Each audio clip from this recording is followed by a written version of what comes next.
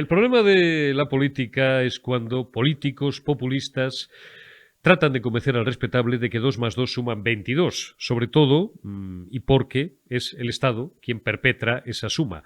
La cita no es mía, es del doctor Daniel Lacalle, que como os comentaba ayer, está en Argentina estos días y está dictando una serie de conferencias con una asistencia masiva. Podéis consultar su tweet line y escribiendo artículos para prestigiosos medios locales. Este concretamente, el artículo del que he extraído la cita, lo podéis consultar también en su Twitter e interviniendo en las emisoras de radio y televisión más importantes de aquel país, analizando las causas del desastre de la economía argentina, siempre guiada por políticos populistas, cortoplacistas, que han gastado infinitamente más de lo que se han podido permitir, y mira que no será porque Argentina no es un país rico. Algo muy parecido a lo que ha ocurrido y sigue ocurriendo en España. Una empresa, una familia, no se podría permitir el lujo de llevar o de hacer una gobernanza, por utilizar un término muy castellano, una gobernanza de sus finanzas personales, familiares o empresariales, tal como la han llevado pues gobiernos como el gobierno de España, sin ir más lejos, por no hablaros, por volver al ejemplo de Argentina o de otros países del cono suramericano que han entrado en default, que han quebrado en las últimas décadas en varias ocasiones. Porque, como bien me decía ayer un amigo en uno de los comentarios que amablemente me dejáis cada noche, cada tarde-noche en YouTube, si una empresa se manejara como han manejado estos tíos el timón de la nave de las finanzas en España, haría muchos años que habría entrado en causa de disolución. ¿Cuándo entras en causa de disolución? Cuando el múltiplo de tu deuda es muy superior a tus ingresos. Y ni siquiera a tus ingresos reales presentes, a tus expectativas de ingresos futuros. Es como cuando vas a un banco. A ti un banco, oye, tú vas a un banco, estás apurado y tienes un problema, normalmente de liquidez, no de solvencia.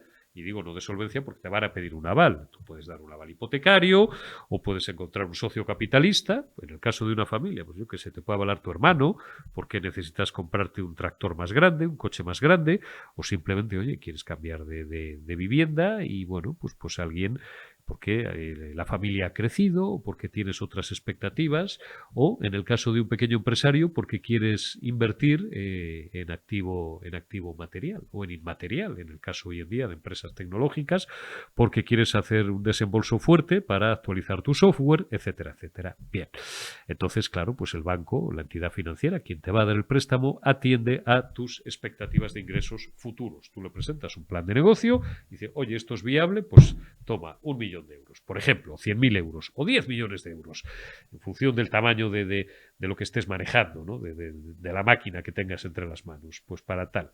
El problema es cuando un Estado empieza a emitir papelitos y papelitos y papelitos y papelitos y papelitos, deuda, deuda, deuda, deuda, deuda y más deuda, porque el déficit no hace más que crecer. Siempre explico lo mismo, no todo el mundo tiene por qué saber economía, aunque esto es un concepto tan extraordinariamente básico que creo que a nadie le escapa, pero por si acaso, déficit es el desfase, deuda es lo que tienes que pagar. Y entonces me hacen gracia, y algunas veces he recurrido a este ejemplo, sus periodistas económicos, normalmente siempre afectos, y bien queda, con el gobierno en turno cuando, no sé si siguen siendo ahora los jueves o los martes, cuando sale el Tesoro Público, bueno, creo que los martes o los jueves en función del plazo de vencimiento de la deuda, de que sean letras o de que sean bonos, tal. Y dicen, el Tesoro ha colocado la totalidad de la deuda que, dices, coño, claro, estaría bueno que no lo hubiéramos colocado. ¿Y a qué precio? ¿A qué interés? No conozco ni un solo gobierno, y esto lo hemos dicho también muchas veces en esta mesa, no en Generación Euro, pero en La Retaguardia y en otros programas, no conocemos un solo gobierno, alguno de los de José María Aznar, y un ratito por la tarde, lo dije ayer, os vuelvo a recomendar el artículo de Rubén Manso este fin de semana en Voz Populi, que haya sido superavitario. Alguno de los de José María Aznar y un ratito por la tarde, el resto, 42 gobiernos, mejor dicho, 42 ejercicios y decenas de equipos económicos y de gobiernos desde 1982, todos han cerrado sus ejercicios con déficit, porque total, ya vendrá otro que lo pagará. ¿Qué más da? ¿Qué más da? No conozco, digo, ni un solo gobierno que haya a Conriera. En alguna ocasión lo hemos hablado recientemente, la semana pasada y la anterior. Por cierto, gracias a las 100.000 visitas que lleva ya la primera entrevista que le hicimos aquí hace unos 10 días, aproximadamente 10-11 días, al profesor José Ramón Riera, uno de nuestros más grandes economistas. Estamos en el buen camino y os agradecemos el cariño y el seguimiento que nos estáis dispensando desde el primer día a Generación Euro. No conozco ni un solo gobierno que haya amortizado un solo euro de deuda. Todo lo más la van refinanciando. La deuda corto la convierten en deuda medio, la deuda medio la convierten en deuda largo, refinancian deuda con deuda. Ahora dicen, no, que el Banco Central Europeo ya no está interviniendo en el mercado secundario, sobre todo en beneficio de los países del sur, Grecia, pero sobre todo Italia y España. Coño, ¿cómo que no? Ya nos han demostrado aquí que sí. Claro que lo está haciendo. Claro que lo está haciendo. La Calle lo ha explicado ya en varias ocasiones con programas de financiación y refinanciación de la deuda. Te voy refinanciando la deuda ad infinitum. ¿Qué más da? Ya vendrá otro que la pagará. Y seguimos haciendo crecer la bola para nuestros hijos, bueno, nuestros hijos que ahora tienen ya, los que tenemos una mediana edad, acabamos de rebasar los 50, pues nuestros hijos que tienen ya 20 y tantos años y que, bueno, han tenido la fortuna de acceder al mercado de trabajo. Hay un 30% de jóvenes que hasta los 30 no encuentran trabajo. Otro drama. Podemos seguir aquí diariamente concatenando los mismos dramas, pero es que son los dramas. Le estamos dejando la deuda a los hijos de nuestros hijos y a los hijos de los hijos de nuestros hijos. Tampoco es la primera vez que doy el dato. Cada español ahora mismo que nace con un pan debajo del brazo, no, con una deuda de 32.500 euros. Eso es muy fácil. Repartes la deuda entre, en fin, el número de la población patria y el número de nacimientos y te sale la cuenta echando leches. Es como la presión fiscal, que los de izquierda se hacen siempre un lío con esto del esfuerzo fiscal y la presión fiscal. Eso lo dejo, mira, a lo mejor mañana hablamos un poquito de fiscalidad.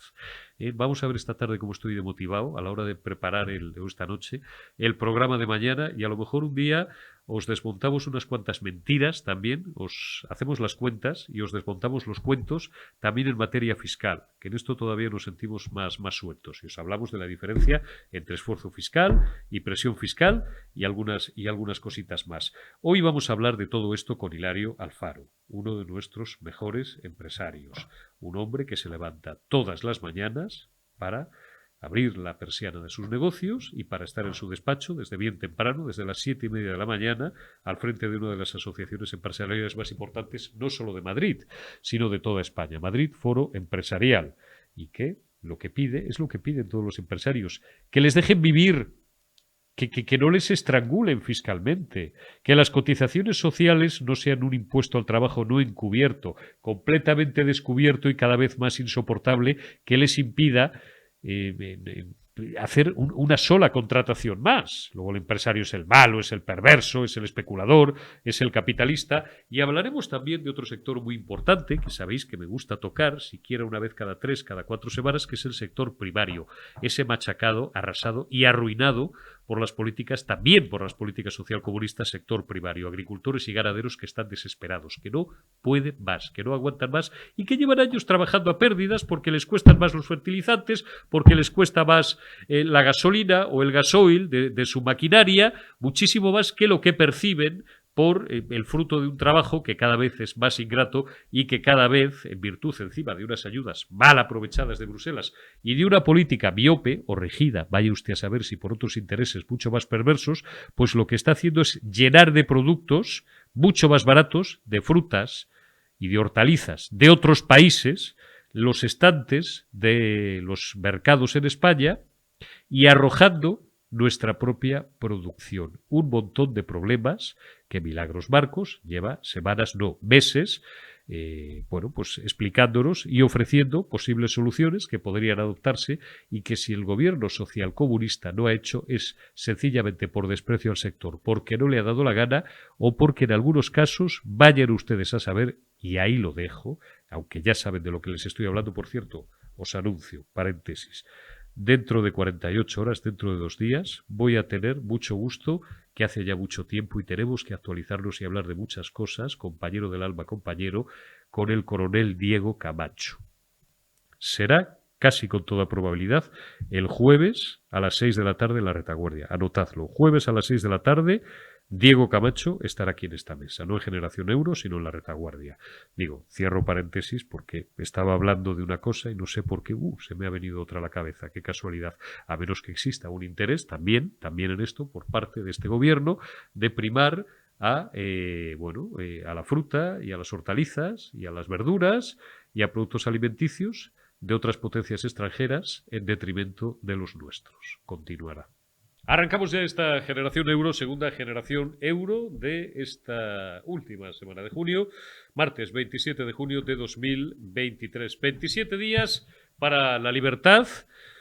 Si entre todos conseguimos no fastidiarla antes, como ya he dicho en el editorial de la retaguardia. Vamos a hablar del campo porque sabéis que una vez cada 3, cada 4 semanas, no es que nos guste, es que es obligado, porque es el sector primario, importantísimo en la economía española y especialmente, iba a decir, uno de los más maltratados o el más maltratado por el gobierno social comunista. Y vamos a hablar pues con la persona del Grupo Popular, del Partido Popular, que más ha dado la batalla en la última legislatura, esta legislatura recién conclusa, y que la seguirá dando sin ningún género de dudas. ¿Cuál es Milagros Marcos? Milagros, bueno, te voy a presentar como candidata del PP número 1 por Palencia, que de momento formalmente es lo que eres, aunque voy a tener yo mucho gusto de seguir viéndote en el Congreso 4 años más y sobre todo dando la batalla. ¿Cómo estás, amiga? Muy bien, de campaña porque el señor Sánchez le viene bien y ha decidido que vayamos otra vez a elecciones el 23 de julio porque como es un día que va ahora solillo, pues nos viene bien a todos. Sí, fíjate, joder, se te está quedando la piel como a mí. Además, en nuestra tierra, en esa tierra de campos, que es fresquita, en julio y en agosto, como todo el mundo sabe, pues lo mejor para hacer campaña son estas semanas. ¿Qué te voy a decir? Y además de pueblo en pueblo, con un sol milagros, entre Fromista y Carrión, o entre Villalpando y Benavente, me da igual, porque estamos ahí al lado, primos hermanos, hace un sol que se rajan las piedras. Me imagino que serán unos días de locura. Oye, perdona que empiece un poquito con lo personal, luego vamos al tema nuestro, porque tú, claro, estos días te recorres la práctica totalidad de la provincia. Bueno, la verdad es que lo suelo hacer con carácter regular, ¿no? En los fines de semana aprovecho para ir a pueblos, para estar con agricultores, para escuchar a mi gente, ¿no? Al final, Ya. a mis paisanos. Y de hecho, la primera reunión que he tenido ha sido con agricultores y ganaderos hace ya varios días en el marco de esta nueva campaña, porque acabamos de terminar las municipales en las que ya nos recorrimos la provincia. Pero mira, esa es la parte más bonita, quizá, ¿no? El poder estar obligarte a estar más tiempo con la gente porque no tienes que estar en Madrid en el No, Congreso, con lo cual claro. esa es la parte más positiva de la campaña, ¿eh? El tener tiempo Mm. para disfrutar de nuestra gente de los pueblos. Oye, ¿qué te traslada la gente? La gente de los pueblos, tu gente, que es mi gente, la gente de tu familia, que es la gente de mi familia, que son ganaderos de toda la vida, que muchos de ellos, desgraciadamente, pues han tenido que ir vendiendo, de esto hemos hablado muchas veces, han tenido en mi tierra, como sabes, en mi provincia y en la tuya, hay mucho vacuno de leche. Yo tengo gente, no es que la conozca, es que los tengo en la familia, los he tenido en casa, pues que han tenido a lo mejor explotaciones de 50, de 60, de 70 vacas de leche y han tenido que vender la mitad o más de la mitad. Y luego, ¿qué te voy yo a decir del cereal, del trigo, de la cebada y de la avena? Que cada vez, cada año veían con desesperación cómo su trabajo valía menos, hasta no valer nada, y vendiendo pues prácticamente y trabajando a pérdidas, como hemos denunciado. ¿Qué es lo que más agobia ahora mismo a toda esta buena gente del campo, Milagros? Bueno, pues como bien dices, están muy preocupados porque no les dan las cuentas, ¿no? Y nadie trabaja por amor al arte. Están muy preocupados por doble vía, o por triple incluso, ¿no? Por un lado, porque ven cómo el incremento de precios hace que cada vez sea menos el balance comercial, sean menos competitivos, tengan menos capacidad para vender, porque nadie paga el dineral que les cuesta producir y eso que los alimentos han subido más de un 20%, pero es que sus costes de producción se han duplicado. Por lo tanto, es muy complicado. Llevan años soportando ese incremento del coste de la energía, el incremento del pienso, el incremento de los fertilizantes. Ese es el primer elemento, ¿no? La rentabilidad. Si no es rentable, no puedes trabajar. O sea, nadie trabaja para gastar en lugar de para ganar. Claro. En segundo lugar, están muy preocupados porque ahora mismo la PAC se ha reducido, es decir, las ayudas que llegan de Europa y que se crearon a nivel europeo. Fue la primera política europea, la política agraria común, para asegurar la rentabilidad en el campo. Ven como ese dinero lo tienen que destinar a hacer prácticas ambientales, o sea, no hay un presupuesto como puede haber en otros sectores para mejorar la sostenibilidad ambiental, sino que tienen que dedicar ese dinero que debe ser, que está previsto que sea para garantizar la rentabilidad y con ello que se puedan seguir produciendo alimentos en Europa y poder seguir teniendo alimentos de calidad y con control de calidad y asumibles desde el punto de vista económico. Esa función ya no la hace la PAC, insisto, por dos vías. Por un lado, porque este gobierno lo ha reducido, ha perdido 5.000 millones de euros en la negociación, porque además no se ha actualizado el dinero conforme a la inflación, por lo cual han perdido otros 140.000 millones de euros. Estamos en una barbaridad de dinero que no va a llegar al campo español. Y por otro lado, porque ese dinero que llega lo tienen que dedicar a medidas ambientales y no a garantizar sus rentas. Y el último elemento, el tercer elemento, es cómo el gobierno de Sánchez ha perjudicado la imagen de los agricultores y ganaderos. Ha dicho que la carne es de mala calidad, ha dicho que se utilizan esclavos, ha dicho que, bueno, pues todo lo que sabemos, ¿no? La última es la de las fresas. Por lo tanto, pues tienen un triple escenario o un escenario con tres líneas que no ayudan demasiado a la estabilidad y a hacer atractiva la incorporación al sector. Y eso, bueno, pues se ve en los números, se ve en las cifras del balance del Partido Socialista y sobre todo se ve en que no hay jóvenes que se quieran incorporar y que lo que está ocurriendo es que, como bien decías, tus paisanos y los míos abandonan las explotaciones, fundamentalmente las ganaderas, que además tienen al lobo campante a sus anchas y al gobierno apoyándoles para que cada vez haya más ataques y además cada vez haya menos inversiones, por ejemplo, en regadíos, para tener agua, ¿no?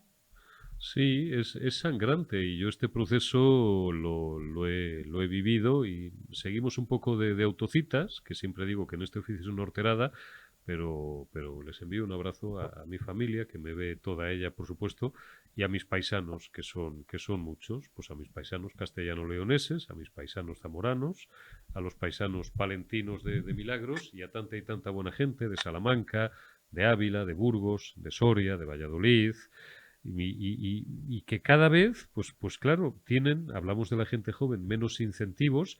Hoy hace 30 años, cuando yo tenía más tiempo y pasaba más días a lo mejor en verano y me iba a mi tierra, ibas un domingo al bar del pueblo a tomar café o a tomar una copa y a jugar la partida después de comer y oye, daba gusto, veías una chavalería joven, gente que se quedaba en el pueblo y que asumía las explotaciones de sus padres, que tenían ya 50 y muchos, 60 años, algunos se iban prejubilando, etcétera, etcétera y tal. Hoy te diría que ni el primero. Para que aparezca una pareja con niños en uno de aquellos pueblos, estamos hablando, para los que no conozcáis o seáis de otras zonas relativamente alejadas de Castilla, estamos hablando de pueblos, de aldeas, que tienen a lo mejor 70, 100, 120 habitantes, 200, 500. Aparece ahí una pareja con un niño, vamos, y prácticamente les hacen un monolito en la plaza mayor o en la plaza del pueblo, ¿no? ¿Quién diablos va a querer asumir? Y aparte que es un trabajo muy duro y muy sacrificado. Lo de sol a sol sigue siendo cierto, a pesar de la mecanización del campo en las últimas décadas. Pero ¿quién va a querer asumir trabajar en esas condiciones? Sobre todo porque el rédito económico es inexistente y porque te sientes además despreciado y olvidado, cuando no humillado, por las administraciones públicas. Milagros. Bueno, hay una diferencia muy importante entre aquellas zonas donde hay regadío y aquellas zonas donde no lo hay. De hecho, donde hay regadío hay un 40% más de población, se incorporan un 50% más los jóvenes. ¿Por qué? Porque una hectárea con agua produce 4 o 5 veces más que una hectárea que no lo tiene. Tiene una garantía de rentabilidad. Y además ahora mismo ya las explotaciones modernizadas y bien mecanizadas generan mucho menos trabajo. Quiere decir, se puede manejar con el teléfono móvil, ¿no? El encender el pívot, no tienes que ir ya a las 3 de la madrugada a encender, a darle para que se pueda regar. Yo solo he vivido ir a cambiar, y te ahorra muchísimo agua, además. ¿Dónde ¿no? vas? Y decías, voy a cambiar el motor. Y te quedabas hasta las 2 de la mañana tomando café en el bar porque tenías que ir a cambiar. Que ir a encender el motor. Claro, lo mismo ocurre con las explotaciones ganaderas, cuando tienes que abrir para que haya más corriente, con la alimentación del ganado, cuando tienes que dosificar y ya hay maquinaria que permite modificar la dosis y está adaptado todo desde el punto de vista de la optimización del procedimiento. ¿Qué se necesita? Invertir en regadíos. Hay dinero. Lo está haciendo Francia, lo está haciendo Portugal. A mí me hace mucha gracia, ¿no? Cuando hay quien culpa a la Agenda 2030 de todo esto. El problema no es lo que se marque en la agenda. El problema es lo que está haciendo el gobierno de Sánchez. El problema es Sánchez, porque Francia ahora mismo está construyendo 16 embalses. Portugal está construyendo 15 embalses. Aquí Nosotros estamos destruyendo dinamitando los que están en los ríos. Claro. Esa es una gran diferencia. Y eso marca la diferencia en impulsar la política agraria o no impulsar la política agraria. En Francia, alguien que vive en un pueblo es alguien considerado socialmente. En España, quien vive en un pueblo, o los que vivimos en los pueblos, somos poco menos, según el gobierno, que catetos, que no hemos podido hacer otra cosa. Mire, la imagen es importante. Los agricultores y ganaderos garantizan que comamos 3 veces al día y tenemos la mala costumbre de hacerlo todos. Por lo tanto, ponerles en valor es fundamental. Para eso, investigación, innovación, para mantener esa protección ambiental. No hay nadie más interesado en mejorar el medio ambiente que quien vive de la tierra, ¿no? Que el agricultor y el ganadero. Lo que no se puede es plantear al mismo tiempo medidas imposibles de cumplir, más impuestos, más costes de producción, menos ayudas y unas exigencias para las que ni la técnica ni la innovación están todavía desarrolladas. Se puede exigir, ¿no? Y además sin poner dinero. Eso es lo que está haciendo el gobierno de Sánchez y eso es lo que hay que derogar del sanchismo en el caso de la política agraria, ¿no? Porque realmente, bueno, pues no confían en ella, no creen en ella y está abundando en el problema de la despoblación que, como bien dices, es muy serio en muchas zonas y, hombre, estamos hablando del 84% del territorio español que es territorio rural. Eso es. Invertir en él es inteligente. Invertir en él garantiza nuestra independencia alimentaria, aunque trabajamos en importación, en exportación, pero esa soberanía alimentaria, no depender de otros para comer como hemos dependido de otros para obtener energía. Deberíamos haber aprendido, debería el gobierno haber aprendido de los problemas de provocar esa dependencia absoluta de terceros países para elementos básicos, en este caso es la alimentación, ¿no? Parece que no, que han seguido menoscabando, han seguido ninguneando, han seguido recortando las ayudas, han seguido imponiendo técnicas imposibles de cumplir, complicando la paz hasta extremos insospechados. Y aquí voy a hacer un cascarrillo porque tú y yo que somos de la misma tierra lo entendemos muy bien, pero los demás igual no, ¿no?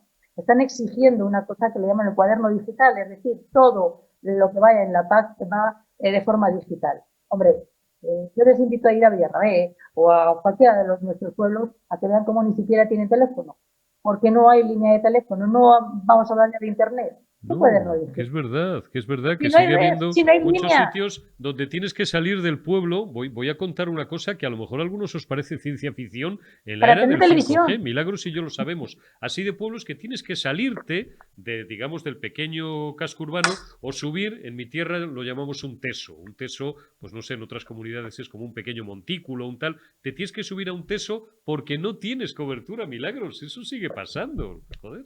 Las cosas pues pretenden que todos los datos se carguen en línea digital. Hombre, ahí tendrían que tener 2 elementos en cuenta, se lo planteamos en el Congreso, para que lo adaptaran por lo menos a lo que pide Europa. No nos tenemos que adelantar en todo, no tenemos que ser los primeros en todo lo que resta y en todo lo que perjudica al campo, que es lo que ha hecho el gobierno de Sánchez. No son imposiciones, es el gobierno, el Sánchez, quien lo quiere anticipar, ¿no? En este caso, con el consentimiento de Planas y en la ayuda de Teresa Rivera, evidentemente, ¿no? Pero el cuaderno digital tiene 2 problemas serios. Uno, la edad que tienen nuestros agricultores y ganaderos, que debieran tenerla en cuenta, no para ponerles exigencias digitales que no van a saber cumplir, sino para fomentar y apoyar el relevo generacional. Y por otro lado, el que ese 300%, ese programa que planteó ya en 2017 el Partido Popular, en 2016 Mariano Rajoy como estrategia contra la despoblación para que hubiera al menos 300 megas en el 100% del territorio, se hubiera desarrollado. En este momento, si no tenemos red, si no hay teléfono, si en muchos pueblos no tenemos televisión, ¿de qué nos están hablando? Es verdad. Es que no tocan tierra, es que no pisan los pueblos. No, diseñan políticas contra la despoblación y nos dicen que la mayor medida contra la despoblación y la estupenda es reformar las oficinas donde se hace el DNI. Pero ¿en cuántos pueblos de 500 habitantes alguien se puede hacer el DNI? No, hombre, en mi tierra va todo el mundo a Zamora. Es más, yo que vivo en Madrid, bueno, siempre voy a contar una cosa que no debería de contar. Siempre tienes algún amigo en el cuerpo que te puede facilitar, pero yo tengo muchos amigos, paisanos como tú y como yo, que viven en Madrid, que sabes qué hacen, piden cita en Zamora y se van a Zamora a hacerse el DNI porque en una semana lo tienes hecho. No, pero lo que estamos hablando, pero la gente de los pueblos va a hacerse el DNI o el pasaporte ¿a dónde? ¿A Zamora o a Palencia? ¿A dónde Bueno, vas a ir? pero las medidas contra la despoblación no tienen en cuenta la situación real de los municipios. No hay mayor mecanismo contra la despoblación que impulsar la agricultura y la ganadería, porque eso no es deslocalizable. La industria agroalimentaria, impulsarla con las políticas como se venía haciendo desde el Partido Popular hasta el año 2018. De hecho, ahí están los datos, ¿no? Con los gobiernos del Partido Popular sube la renta agraria, con los gobiernos del Partido Socialista baja la renta agraria. El número de personas trabajando ocupadas en el campo crece con el partido política del Partido Popular, el número de personas ocupadas en el campo baja con el Partido Socialista. Las exportaciones crecen, pero las importaciones van acompasadas y, sin embargo, con el Partido Socialista crecen el triple las importaciones que las exportaciones. Entonces, claro, la consecuencia es evidente. Si no inviertes, si pones más pegas que soluciones, la gente no está para trabajar por amor al arte. Sobre todo, y con esto rematamos, no te robo más tiempo, Milagros, porque estás, y no es una broma, estás pues en una actividad frenética de campaña, vuelvo a repetir, quedan 27 días.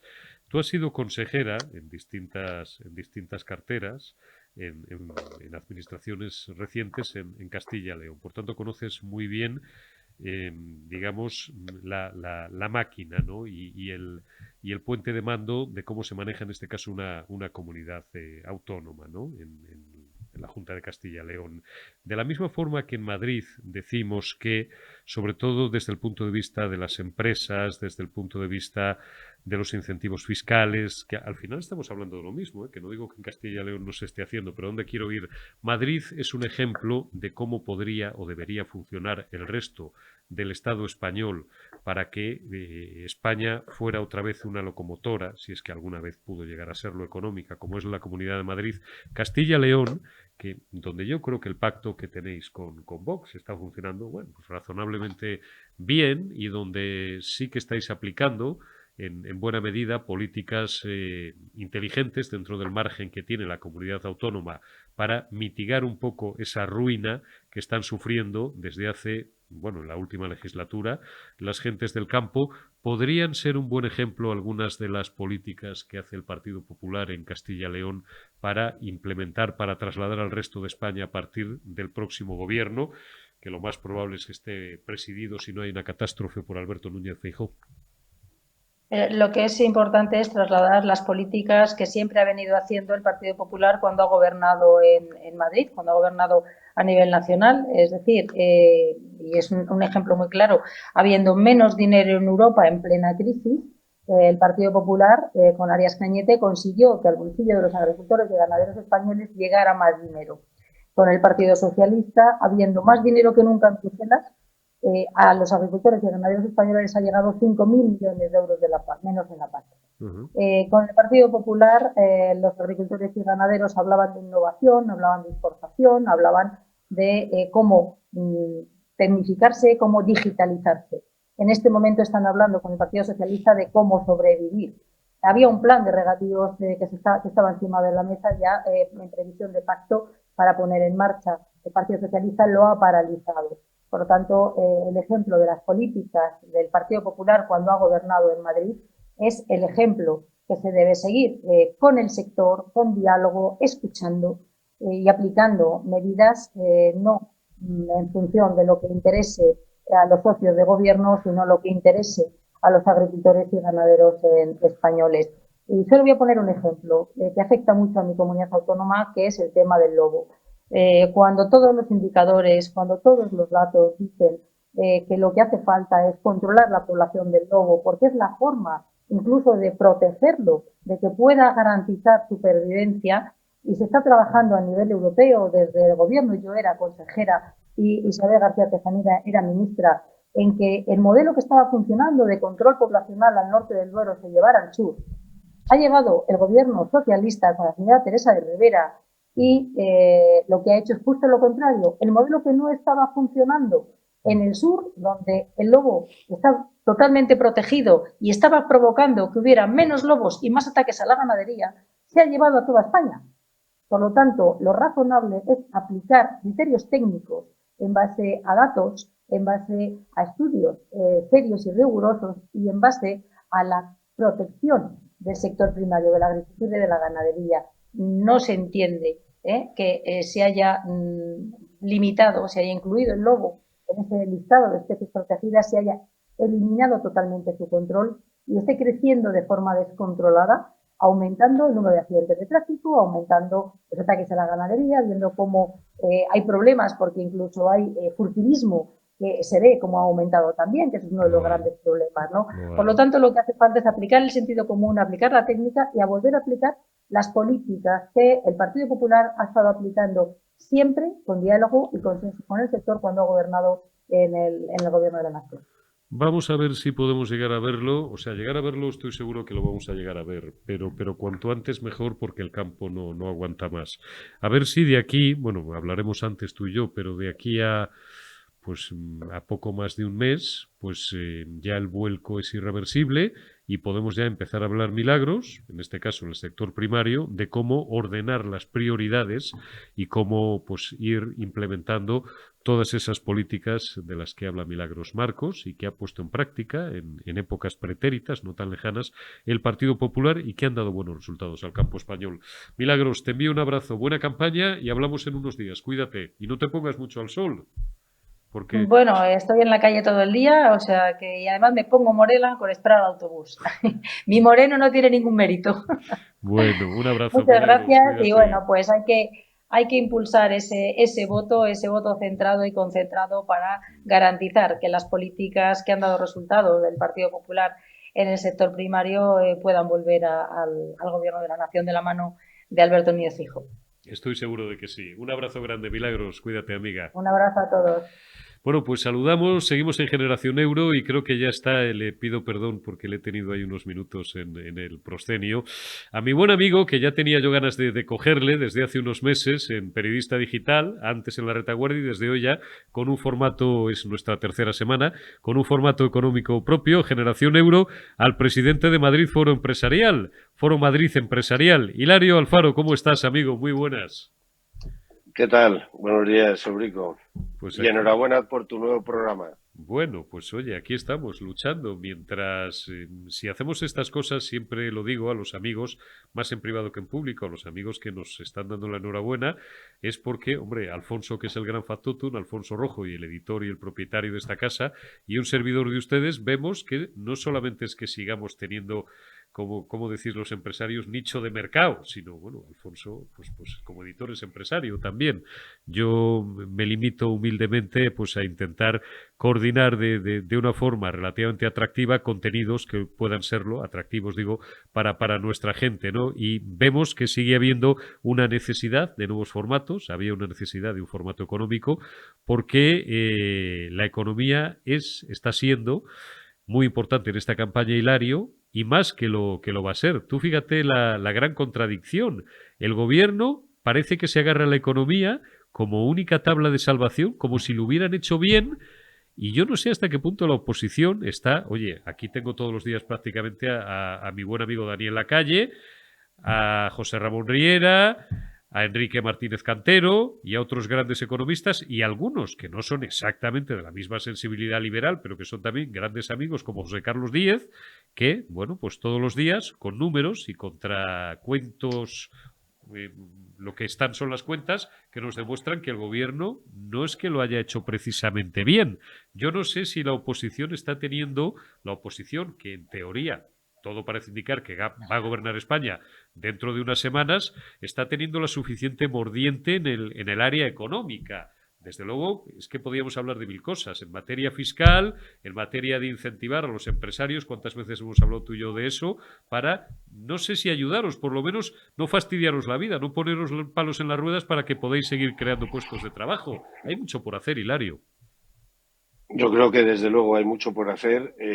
Dejan el nivel muy bajo para el siguiente gobierno, que por ejemplo las medidas que presentó ayer o antes de ayer Feijóo. Alberto Núñez Feijóo son medidas que ya se llevan hablando mucho tiempo Sí. y desde otras legislaturas también. Sí. Que la mochila austriaca, reducir la administración pública, todo eso son medidas que llevamos pidiendo los empresarios no solo la última legislatura, sino muchas, incluso cuando estaba el PP también. Totalmente. O sea, al PP también se le pidió reducir la administración pública, quitar grasa al Estado. Pues tampoco lo quitó mucho. Siempre hemos hablado de la mochila austriaca y tampoco nunca se ha implantado, y reducir las cotizaciones a la seguridad social. Bueno, como decía Milagros, a ver si recuperamos entre todos el sentido común y el día 23 de julio empezamos de cero un partido nuevo. Es muy importante, mira, ahora que dices, porque claro, yo ayer precisamente vertebré el programa en torno a eso. Me cogí un artículo que a mi entender, y al de Daniel Lacalle era un artículo extraordinario, de Rubén Manso, que es un gran economista, que bueno, estuvo esta legislatura, estuvo en las filas de Vox, pero por encima de todo es un excelente economista, y que se daba un paseo con cifras en un artículo muy largo, de estos que el digital ya te avisa 10 minutos de lectura, y dices, pues es de Rubén Manso, le voy a dedicar 10 minutos como si necesita 20, ¿no? Su lectura y su digestión. Daba un montón de datos. Mira, por ejemplo, en 1980 el porcentaje de deuda sobre PIB estaba en un 16,6%, quien lo pillara, y ahora estamos en un 113%. ¿Ha crecido la renta per cápita de los españoles? ¿Sabes cuánto? 42 años, un 5,5%. De esos 42 ejercicios que tomaba él, del 80 al 2002, 39, 40 ejercicios, las cuentas del Estado español siempre habían sido cerradas con déficit. Solamente en 2 ocasiones, en 2004 y en 2005, me parece, fueron superavitarias. Es que esto no hay una familia ni una empresa que lo resista, Hilario. Ayer me decía un buen amigo, porque os agradezco mucho, a veces no quiero que parezcan desabridos alguno de mis comentarios, os agradezco mucho a todos los comentarios que me dejáis en YouTube. Anoche mismo, sin ir más lejos, un espectador me decía, si en vez de ser un Estado, el Reino de España, el Estado español, nunca mejor dicho, fuera una empresa, haría años que estaría en causa de disolución, Hilario. Bueno, a ver, Eurico, depende de dónde saquemos los datos. O sea, tú te coges el Confidencial de hoy y te habla un titular, deuda externa, estamos en el 60,5% del PIB. Y ha descendido 40 puntos entre no sé qué año y hoy. En cualquier caso, estamos en el 60,5. El 60,5 quiere decir que estamos el doble que Alemania, el doble que Francia. Claro. Italia está bastante por debajo que nosotros. Polonia, el 6,9. Estamos hablando de una deuda de 802.000 millones de euros. A mí me parece una salvajada que, como tú dices, ni un Estado ni una familia lo podría mantener. Cuando los economistas dicen que sostenible podría ser alrededor de un 30%. Tenemos el 60,5, más del doble. No coincide mucho con los datos que has dicho al principio, pero bueno, eso es de hoy. Yo no sé, al final, no sé si es que porque estamos en elecciones hay una manipulación de datos, pero la hay y te voy a explicar. Solo con noticias que salen hoy en los periódicos, el titular ese, la deuda externa española baja al 60,5. Bueno, la deuda externa, no, cuidado, pero si es que la trampa está ahí, Hilario, la deuda externa. Claro. Yo hablo de la deuda, porque deuda externa, claro. No, pero yo hablo de la deuda de las administraciones públicas en su conjunto, que son los datos que a mí me suministran todos los días Daniel Lacalle, José Ramón Riera, Enrique Martínez Cantero y hasta el propio José Carlos. Le cito aquí porque es amigo, aunque José Carlos siempre, digamos, le da un poco una versión más optimista de cara, porque José Carlos pues tiene una tendencia más, bueno, de ser un socialdemócrata templado, que es lo que es deuda externa. Pero mira, deuda sobre el PIB, reconocido por el Instituto Nacional de Estadística, un 113%, sí. Pero como bien me dicen, sobre todo Lacalle y Riera, dice, ahí y eso está en ley, es normativo. Vuelvo a repetir lo que dije ayer, lo repito hoy, explicarlo desde el punto de vista técnico y contable excedería los límites de este programa, pero hay mucha deuda entre administraciones públicas, como sabe Hilario Alfaro, que no está contabilizada, y luego hay otras partidas que no se consideran de forma contable como deuda, como son las pensiones, pero deuda es al fin y al cabo porque las tienes que pagar, y tenemos 9.200.000 pensionistas, mejor dicho, 8 millones y pico de pensionistas, 9.200.000 pensiones que hay que pagar todos los años, que los estabilizadores automáticos, si unimos, como dicen los economistas, el subsidio de desempleo, se nos comen el 60 y tantos % del presupuesto, Hilario, que estamos hasta Sí, ahí. sí, ¿no? Y el día 24 de julio, cuando se levanten las alfombras y se abran los cajones de los ¡Buah! despachos, ¡Buah! vamos a ver lo que se encuentra el próximo gobierno. ¡Buah! O sea, yo lo primero que haría sería una auditoría De infarto. de toda la fiesta que hemos vivido estos años con la justificación del COVID, de la guerra, de las elecciones tras elecciones. Vamos a ver lo que se encuentra el siguiente gobierno. Me refiero, pero que los titulares, para uno que no sea economista, Claro. se están vendiendo más positivos de lo que en realidad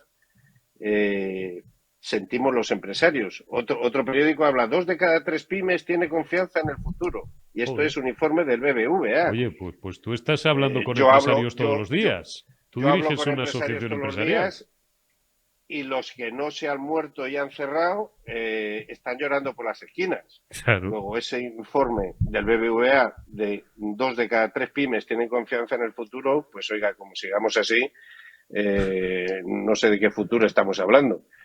Luego, ojito con lo que en general los medios en este final o principio de últimas elecciones ya, esperemos que tardemos mucho en tener elecciones, pero del 23 de julio, Sí.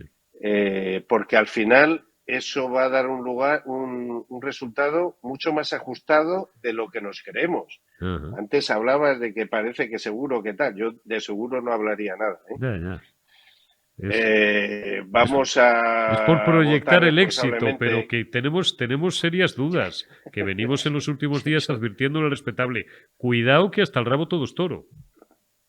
No, hoy más que nunca, Hoy más que nunca y nos jugamos mucho y nos jugamos, yo no creo que pudiera aguantar el país, la economía y las familias otros 4 años de medidas absolutamente que no vienen a cuento y de una fiesta que al final las fiestas de hoy son los impuestos del mañana, Claro. Los 400 euros de no sé qué, la subvención de no sé qué, la ayuda de... todo eso, todas esas ayudas de hoy son los impuestos del mañana y yo creo que estamos al límite, más que al límite. 4 años más no se aguantaría. Y propuestas electorales, Hilario, absurdas, dice mi amiga, yo la llamo cariñosamente Loro Parque, igual que a Pedro Sánchez, le llamo cariñosamente, el figura, dijo ayer o anteayer Yolanda Díaz, habló de un cheque de 1.000 pavos. La izquierda ya sabes que cuando quiere ser empieza a regalar dinero. Y yo, fíjate que a veces me dicen, sé prudente en redes sociales. Digo, bueno, sí, joder, si más prudente lo que soy no puedo ser, pero es que hacen hablar a los muertos. Y dije algo parecido a, y sin insultar, ni calentárseme la boca, ni el dedo ni la tecla. Dije, ¿y quién va a pagar los 1.000 pavos? ¿Los vas a pagar tú, de tus impuestos? Porque a mí a lo mejor no me da la gana pagarlos de los míos, porque es un capricho electoralista y electorero, valga el palabra, que te acabas de sacar de la manga, del Armani que llevas puesto, para ser más simpática a la gente. ¿Lo va a pagar Hilario Alfaro o los empresarios de Madrid Foro Empresarial de su cuenta de resultados? Oiga, es que ya Alfaro, no solo insultan nuestra inteligencia, es que tiran con pólvora del rey y les da igual, alguien pagará la fiesta, Hilario. Sí, en un principio dijo, no, la banca dijo que tararú. No, con el impuesto que ponemos a la banca damos 1.000 euros a los que tengan la hipoteca de no sé qué, de no sé cuánto. La banca lo primero que ha dicho, y es de hoy también, teme un repunte de la tasa de morosidad a partir de septiembre, que si ahora mismo tiene 42.000 millones, que ya son millones, de dudoso cobro, cada mes se va incrementando en 300 o 400 millones de euros más de dudoso cobro, ¿eh? Ojo con eso, que es de las cosas que más preocupan a las empresas y, por supuesto, a la banca.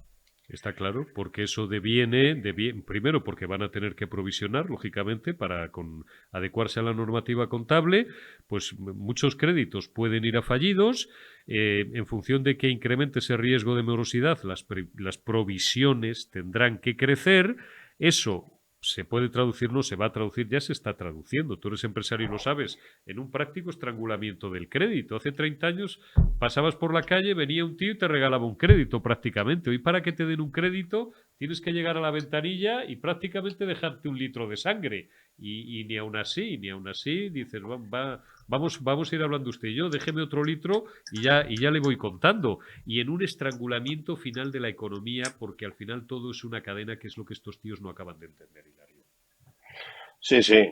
Si uno no pagas, eso se va haciendo una cadena y como a mí no me pagan, yo ya no pago.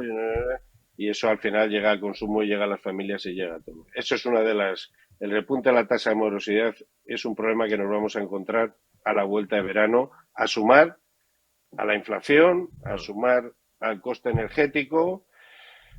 Y bueno, vamos a ver, todo puede que cambie también dependiendo del resultado de las elecciones y que el gobierno que entre de forma seria y contundente con una serie de medidas que son de sentido común, como hablaba antes Milagros, ojalá vuelva al sentido común. Ojalá vuelva al sentido común, si es que de verdad esto no es complicado. Ya no es una cuestión de izquierdas ni de derechas, que son términos o etiquetas ideológicas cada vez más periclitadas, incluso ni siquiera más liberalismo y menos socialdemocracia, más socialdemocracia, menos liberalismo. El sentido común. Al final, una empresa se administra como una familia y un Estado se administra como una empresa, y pues lo que entra, pues, o lo que sale tiene que entrar, porque si gastas más de lo que debes y de lo que ingresas, tienes un problema.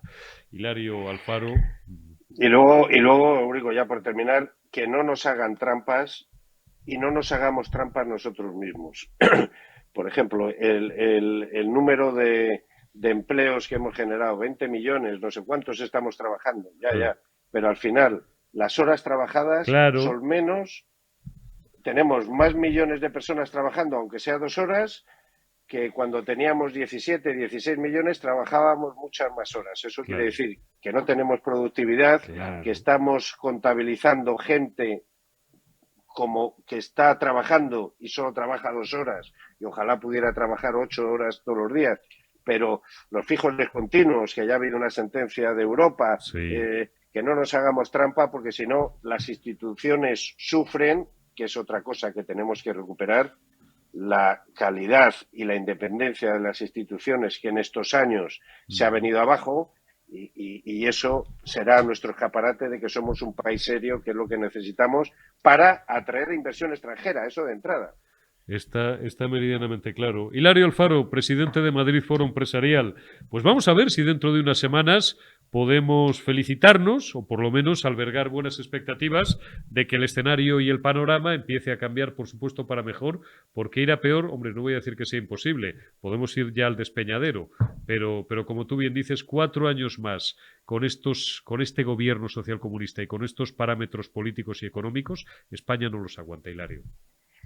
Ninguna empresa extranjera va a invertir en un país que tiene ministros comunistas.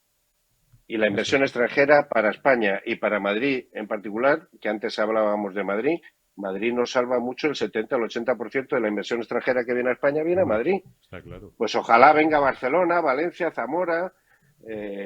Vamos a que no solo haya una locomotora en España, que es Madrid, sino que haya muchas. Mira, ayer lo comentábamos. Políticos que pongan los medios para eso. Tesla que iba a venir a Valencia, lo comentábamos con Publici, con nuestro redactor jefe de economía, pues Elon Musk ha pasado por aquí, ¡zum! Como dicen en Galicia, mis medio primos gallegos, foise co vento, ni ha parado, ni se ha tomado la molestia de reunirse con el figura. Ha dicho lo que José Mota, lo que el humorista, ¿para qué? ¿Para qué? O sea, Tesla, que podía haber venido a Valencia, fue una de las 3 opciones que barajó como segunda fábrica en Europa, fuera. Nadie conoció una sola gran empresa, gran multinacional, que haya decidido asentar sus reales en España. Ahora, que se estén largando, Pues unas cuantas. Mira, la última ferrovial, don Rafael del Pino, y encima le insultan. Pero claro, ¿qué van a hacer los grandes empresarios? Los grandes, los pequeños porque no nos podemos mover, pero hombre, lo de Tesla, si no va a Valencia, también otras ciudades podríamos haber hecho el esfuerzo de sentarnos con estos señores para convencerles de que se queden en la parte que quieran de España. Pero que se queden en España. Madrid. Pero que se queden en España. Hilario Alfaro, presidente de Madrid Foro Empresarial, muchísimas gracias por dedicarnos estos minutos, tiempo, Generación Euro en Periodista Digital. Te envío un abrazo, amigo, y te veo seguro por Madrid dentro de unos días o dentro de unas semanas. Y charlaremos de nuevo. Cuídate mucho. Un abrazo y muchas gracias por la invitación. Gracias, Hilario. Y gracias también a vosotros. Un día más. Hasta aquí hemos llegado en Generación Euro. Mañana más y mejor. Mañana será miércoles 28. Cuidaos y hasta mañana.